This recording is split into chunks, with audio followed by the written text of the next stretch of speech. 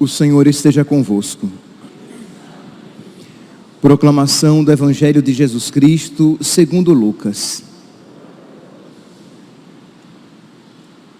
Naquele tempo, o Senhor escolheu outros 72 discípulos e os enviou 2 a 2 na sua frente, a toda a cidade e lugar onde ele próprio devia ir. E dizia-lhes: a messe é grande, mas os trabalhadores são poucos. Por isso, pedi ao dono da messe que mande trabalhadores para a colheita. Eis que vos envio como cordeiros para o meio dos lobos. Não leveis bolsa, nem sacola, nem sandálias, e não cumprimenteis ninguém pelo caminho. Em qualquer casa em que entrardes, dizei primeiro: a paz esteja nesta casa. Se ali morar um amigo da paz, a vossa paz repousará sobre ele, senão ela voltará para vós. Permanecei naquela mesma casa, comei e bebei do que tiverem, porque o trabalhador merece o seu salário. Não passeis de casa em casa. Quando entrardes numa cidade e fordes bem recebidos, comei do que vos servirem. Curai os doentes que nela houver, e dizei ao povo: o reino de Deus está próximo de vós. Mas quando entrardes numa cidade e não fordes bem recebidos, saindo pelas ruas, dizei: até a poeira da vossa cidade, que se apegou aos nossos pés, sacudimos contra vós. No entanto, sabei que o reino de Deus está próximo. Eu vos digo que naquele dia, Sodoma será tratada com menos rigor do que essa cidade. Palavra da salvação.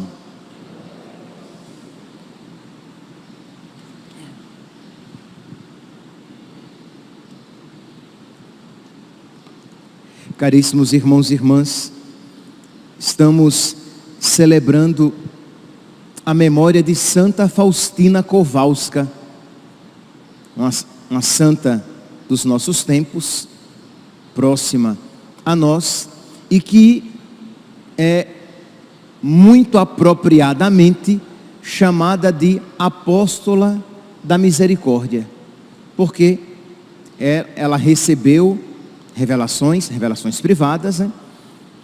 Ela recebeu revelações de Jesus Cristo, falando a respeito da sua grande misericórdia para nós.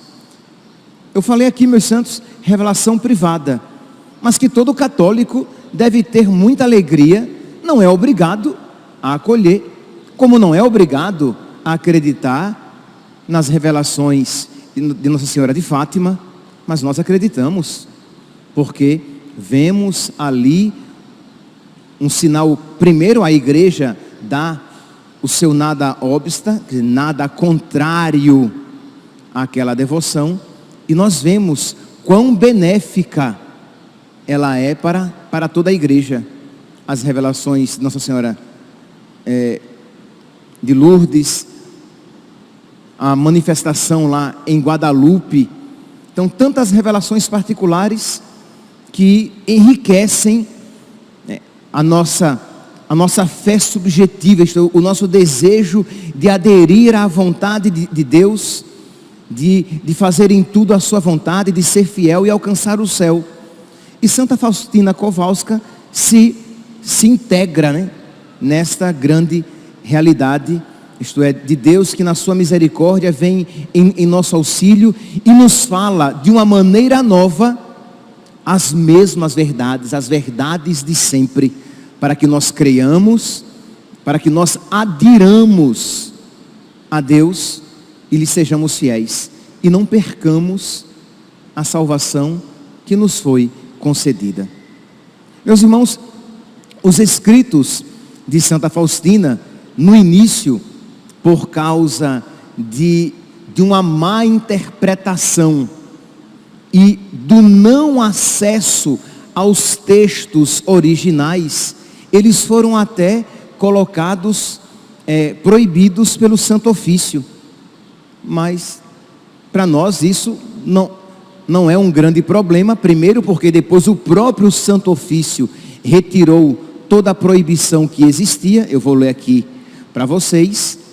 Como também outros santos também foram digamos, provisoriamente pegos pelo Santo Ofício.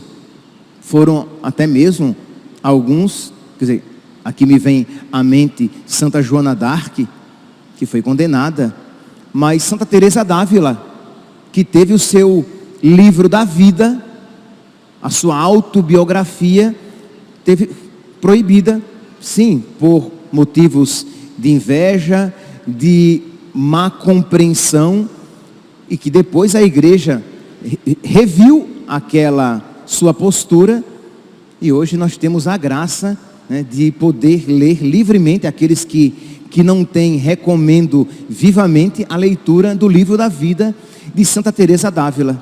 Pois bem, então, o Santo Ofício, ele vai dizer, aqueles que quiserem depois podem tomar, podem procurar, está na Acta Apostólica Sedes, número 70, diz assim: de diversos lugares, especialmente, isso aqui já é o Santo Ofício dizendo, olha, aquilo que nós fizemos não é mais válido, nós fizemos porque tivemos acesso a escritos não originais, então aquilo que foi feito anteriormente não é mais válido. De diversos lugares, especialmente da Polônia, inclusive de fontes autorizadas, tem nos perguntado se as proibições contidas na notificação da Sagrada Congregação do Santo Ofício, publicada em 59, referentes à devoção da Divina Misericórdia, na forma proposta pela irmã Faustina Kowalska, se ainda estão em vigor. Responde o Santo Ofício: esta Sagrada Congregação, tendo em vista muitos documentos originais desconhecidos então, isto é, vendo agora os escritos originais que nós não tínhamos visto na época, considerando que as circunstâncias variam profundamente e contando com o parecer de muitos ordinários poloneses, declara que as proibições contidas na citada notificação não abrigam doravante. Então, as proibições foram retiradas. Por quê? Porque foi visto que aquilo que Santa Faustina Kowalska ensinava, dizendo que vinha do próprio Jesus, era perfeita e absolutamente católico. Pois bem, meus irmãos, e o que seria então uma misericórdia pregada não católica? Isto é, a misericórdia ensinada aqui no diário de Santa Faustina é perfeita e completamente católica, não há nada contrário à doutrina católica. Mas o que seria uma misericórdia não católica? Seria uma misericórdia perversa, uma misericórdia que me isenta da obrigação de conversão. Isto é, uma misericórdia que diz assim: você pode pecar, Deus é misericordioso. Não, que é isso? Vai todo mundo para o céu. No fim das contas, Deus perdoará a todos nós. Logo, vivamos segundo os nossos instintos e as nossas vontades, porque Deus é misericordioso e Ele perdoará a todos.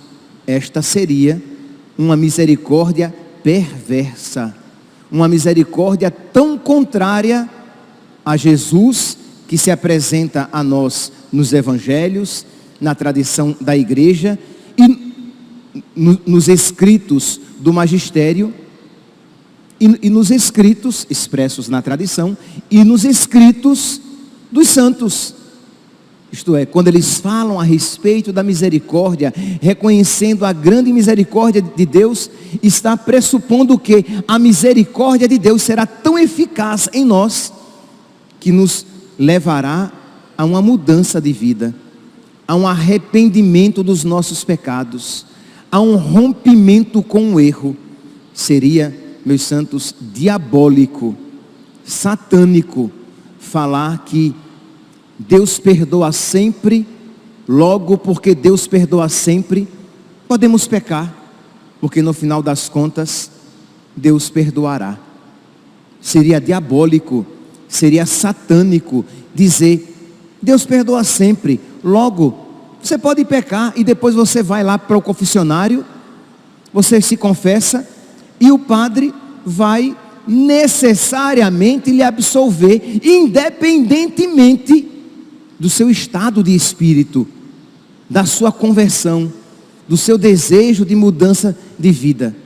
Isso, com certeza, seria uma misericórdia perversa, seria um veneno para a nossa vida espiritual e caminho para a nossa perdição.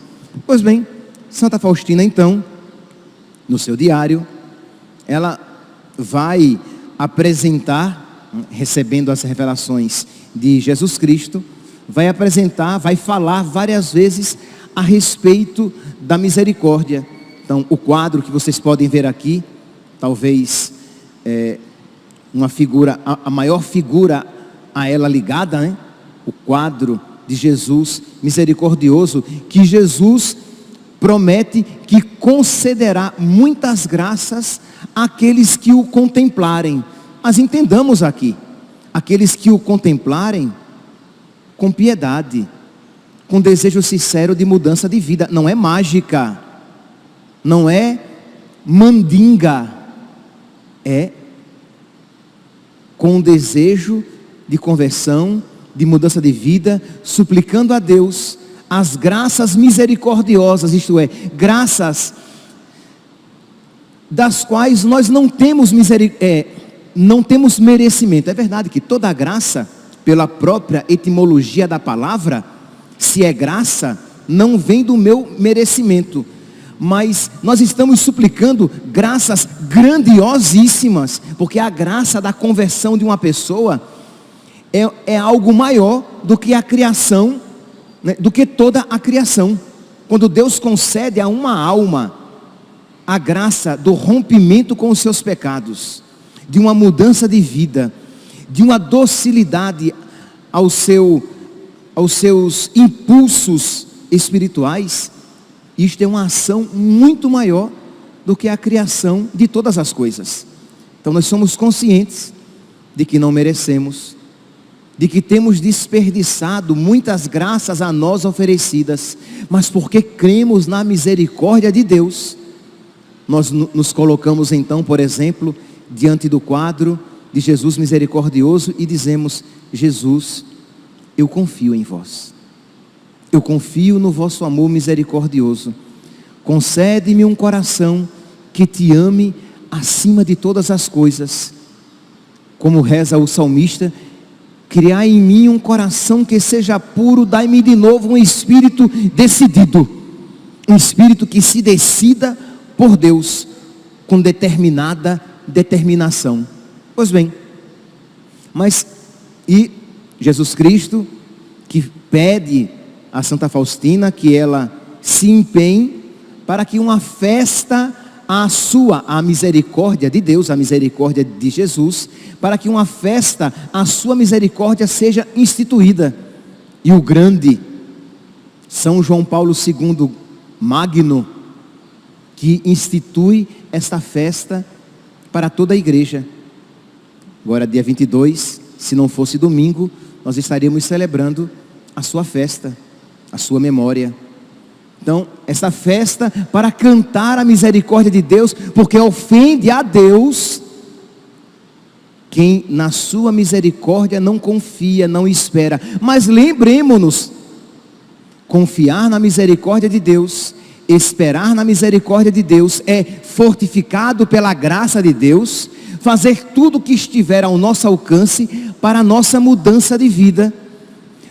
Fortificado pela graça de Deus, sustentado pela graça, pela misericórdia de Deus, fazer tudo o que está ao nosso alcance para corresponder com a graça, sabendo que Deus fará muito mais do que nós esperamos. Então, meus irmãos, fechemo-nos a esta falsa misericórdia, a esta misericórdia diabólica que nos isenta da necessidade de conversão. Nós ouvimos aqui, na antífona do Evangelho de hoje, convertei-vos e crede no Evangelho, pois o reino de Deus está chegando. Então, meus irmãos, a conversão faz parte da condição, da possibilidade de acolhermos a misericórdia. Então, Deus que quer nos conceder a graça da conversão, para que as suas graças misericordiosas sejam abundantes e eficazes, sejam fecundas na nossa vida espiritual. Então, pedir a Deus: Senhor, por misericórdia, concede-me as graças de que eu tão imperfeitamente vos peço, para que eu me converta, para que eu rompa com os pecados, para que eu caminhe decididamente para Ti, para que eu me desvencilhe com prontidão, com rapidez, com eficácia de todas as amarras que me impedem de progredir no Teu amor.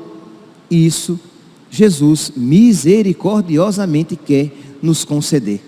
Pois bem, então Jesus pede essa festa da misericórdia, e Ele diz: desejo que a festa da misericórdia seja refúgio e abrigo para todas as almas, especialmente para as mais pecadoras.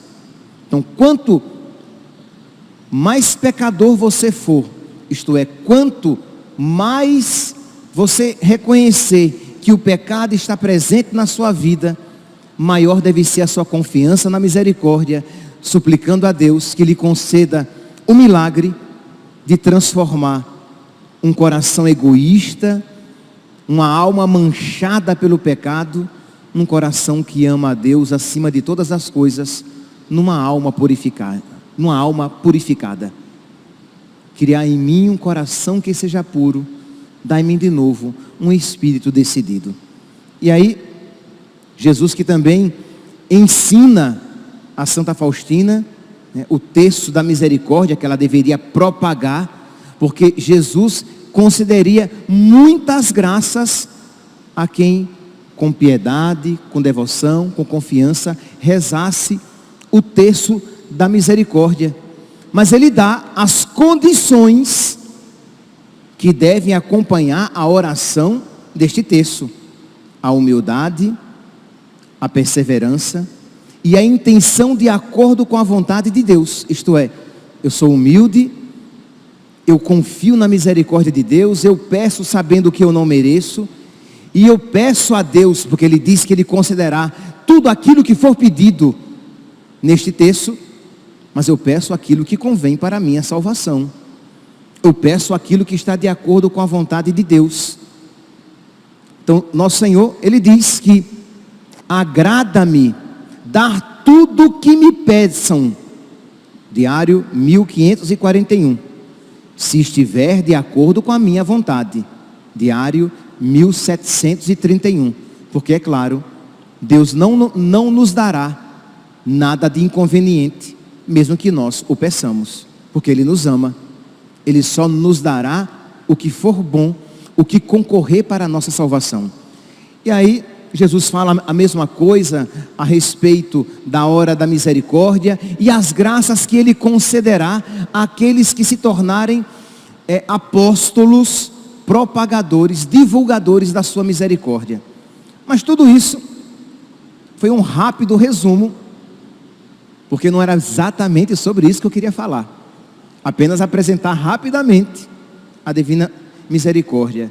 Mas, meus santos, eu atinei isso já no início da homilia. Nós temos que compreender o que significa divulgar, propagar e esperar na divina misericórdia. Isto é, não significa, meus santos, e é nisso que o diabo quer que nós creiamos, e isto está infelizmente muito presente no mundo atual, mesmo entre os católicos, a ideia de que eu posso pecar, porque se o inferno existe, não é para mim, porque Deus é misericórdia. Quantas vezes nós vemos pessoas cometendo pecados objetivos, e elas loucamente, e elas dizem, não, mas eu confio na misericórdia de Deus. Ok, você tem procurado se esforçar? Você tem procurado corresponder com a graça de Deus para você poder esperar na misericórdia de Deus? Não, a pessoa está no pecado, quer continuar no pecado e acha que mesmo assim ela pode esperar com toda a confiança na misericórdia de Deus, porque Deus no final das contas lhe perdoará. Ah, mas eu acho que Deus não vai me condenar por causa disso.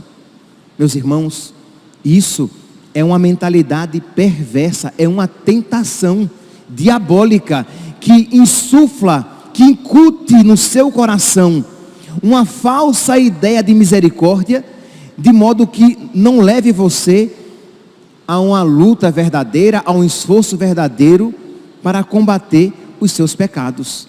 A própria Santa Faustina, apóstola da misericórdia, ela mesma, lá no diário, no número 740, ela vai dizer que Jesus a levou ao inferno, para que ela visse o inferno. E ela viu ali os sofrimentos a que eram expostos, os sofrimentos que experimentavam aqueles que fizeram pouco caso dos mandamentos de Deus, que não se utilizaram retamente, adequadamente da misericórdia de Deus e se obstinaram no pecado. Ela vai dizer, número 741, número 741, hoje, conduzida por um anjo, fui levada às profundezas do inferno.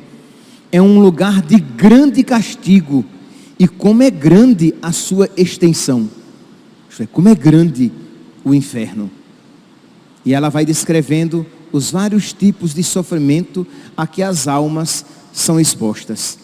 E ela vai dizer depois, eu teria morrido vendo esses terríveis tormentos, se não me sustentasse a onipotência divina.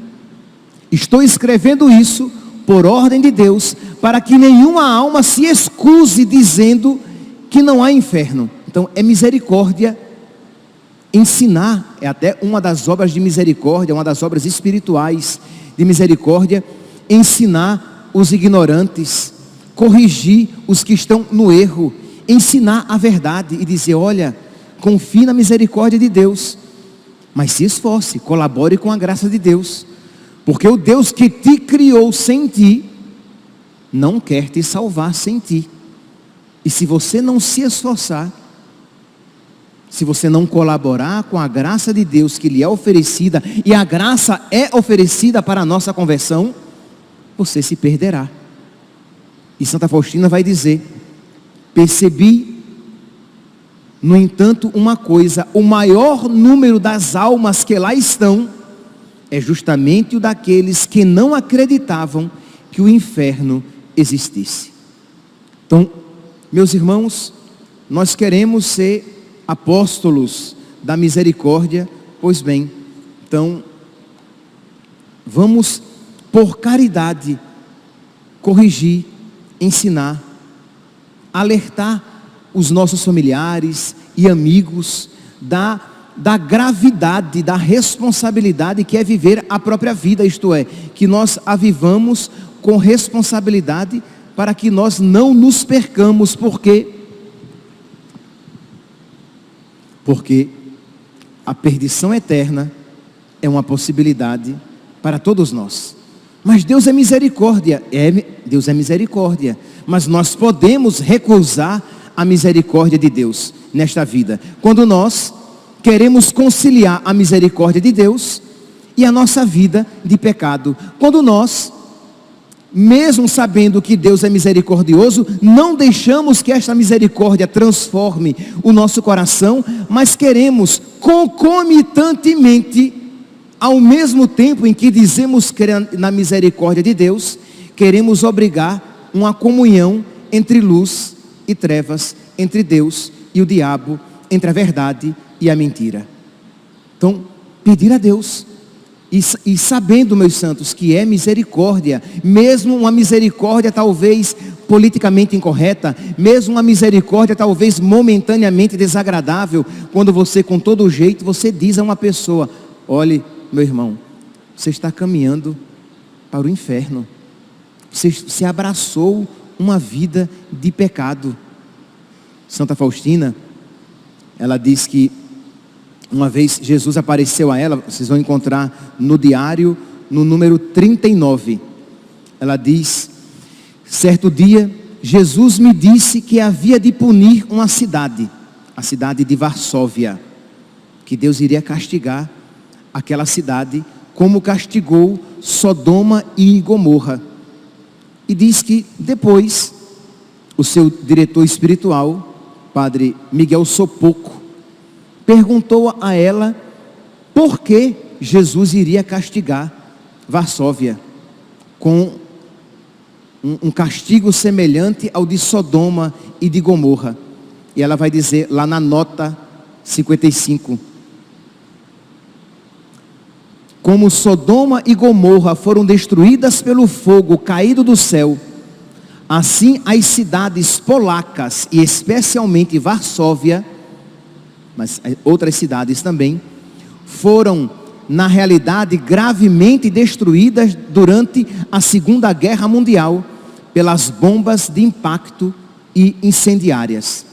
Sobre este assunto, o diretor espiritual da irmã Faustina, Padre Miguel, durante o processo informativo, fez a seguinte declaração, abre aspas: tinha escrito também no diário que Jesus havia lhe dito que seria destruída como Sodoma, uma das mais belas cidades da nossa pátria, por causa dos pecados que ali haviam sido cometidos. Isto é, Deus castigaria a cidade de Varsóvia por causa dos pecados ali cometidos.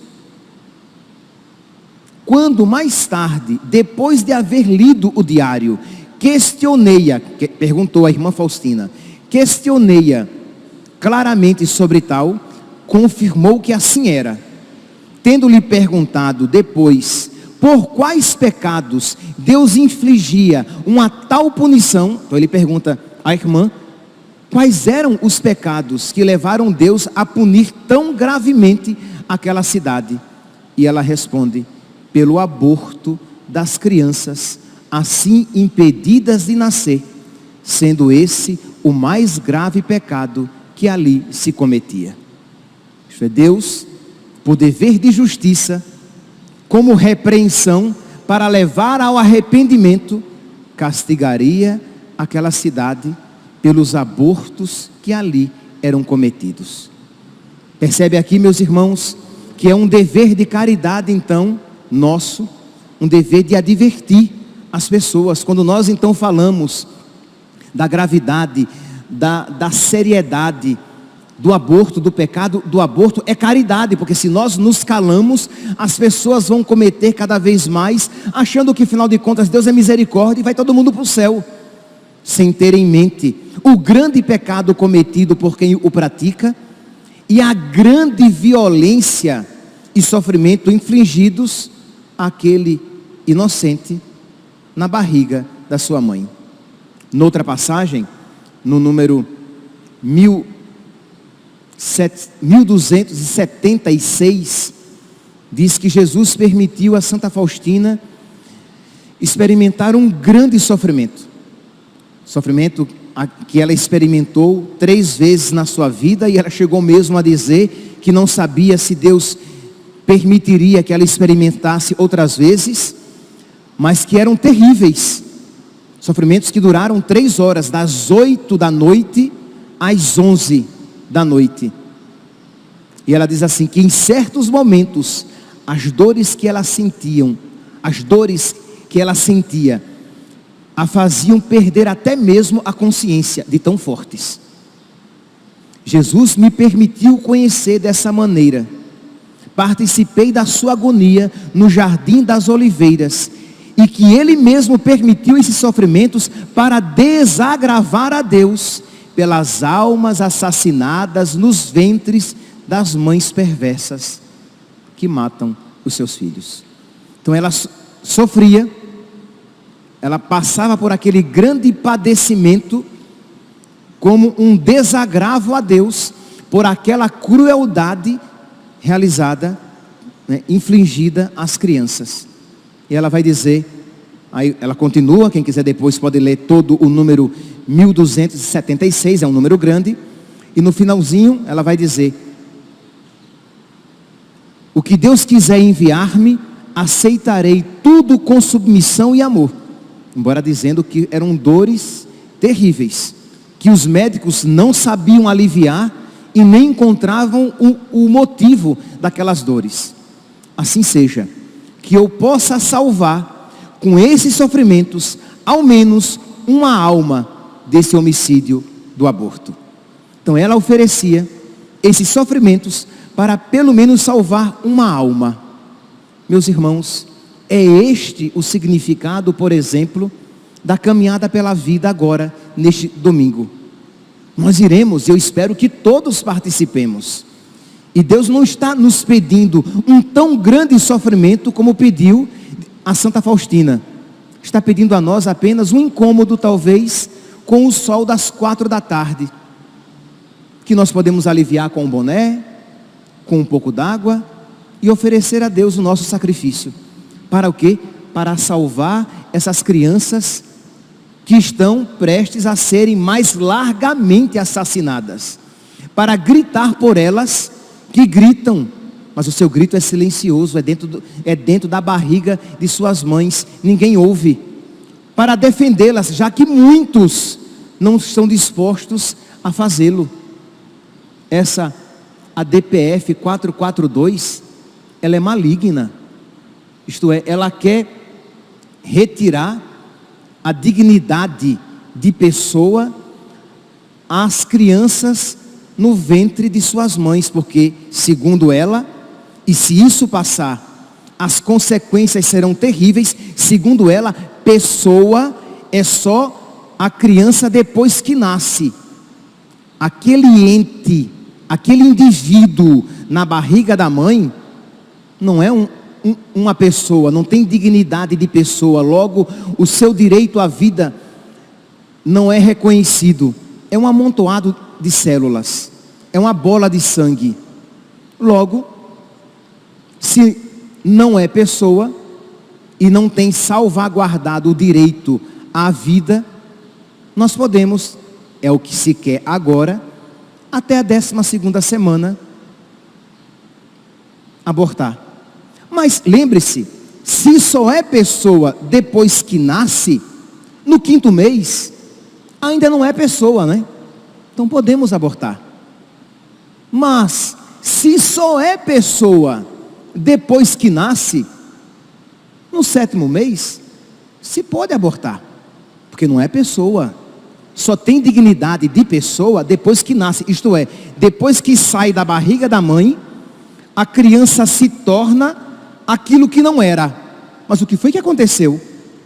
Que fez a criança se transformar, depois que saiu da barriga da mãe, em algo que ela já não era dentro da barriga da mãe. Percebe que é apenas um artifício intelectual, diabólico, para justificar o interesse de muitas instituições aborteiras e para justificar o pensamento mau de muitas pessoas com poder em suas mãos.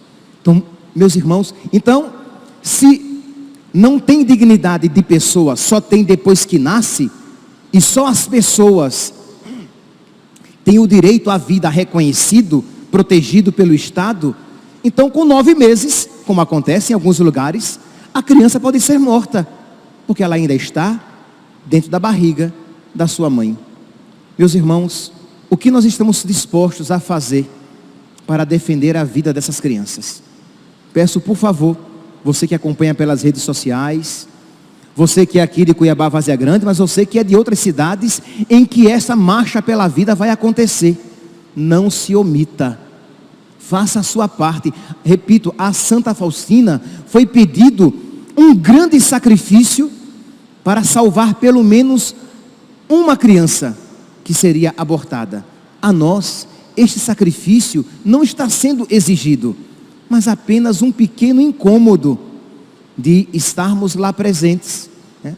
Aqui, para nós, da Arquidiocese de Cuiabá, na Praça Ulisses Guimarães, às 16h, para fazermos uma grande marcha pela vida, um dia da festa pela vida, em que nós iremos dizer: nós somos a favor da vida, nós somos pró-vida, nós queremos defender as crianças, nós queremos defender a vida das mães também. As duas vidas importam, e aquilo que de lícito for possível e necessário fazer, nós faremos, porque nós não queremos nos omitir e queremos suplicar a Deus que nos livre das desgraças que viriam sobre nós, se esta lei maléfica vier a ser institucionalizada, se a descriminalização for legalizada no nosso país. Hoje, nas crianças até a 12ª semana de gestação, mas não tenhamos dúvidas de que isto seria apenas e tão somente o começo. Rezemos, meus santos, mas também empenhemo-nos. Aquilo que eu pedi, já estou terminando, aquilo que eu pedi, que eu tenho pedido, eu repito: leve pelo menos mais 10 pessoas, convide, entre em contato, comprometa-se a levar e a buscar essas pessoas. O preço é o combustível do seu carro? Uma alma vale mais do que isso. É, entre aspas, a perda do seu domingo. O domingo não é seu, é do Senhor. Então vamos lá, convidar pessoas, se comprometer a levá-las, a estar lá com elas. Eu estarei lá, mas vamos convidar o maior número para aqui em Cuiabá, lá em Belo Horizonte, no Rio de Janeiro, em São Paulo, no Espírito Santo, nas cidades nas capitais do Nordeste. Espero que haja movimentações em todo o Brasil nesta Semana da Vida, para que nós, cristãos, homens e mulheres de boa vontade, estejamos dispostos a fazer o máximo para defender a vida inocente e indefesa das crianças no ventre de suas mães. Que Santa Faustina Kowalska, do céu, interceda por nós. Louvado seja nosso Senhor Jesus Cristo. Para sempre seja louvado.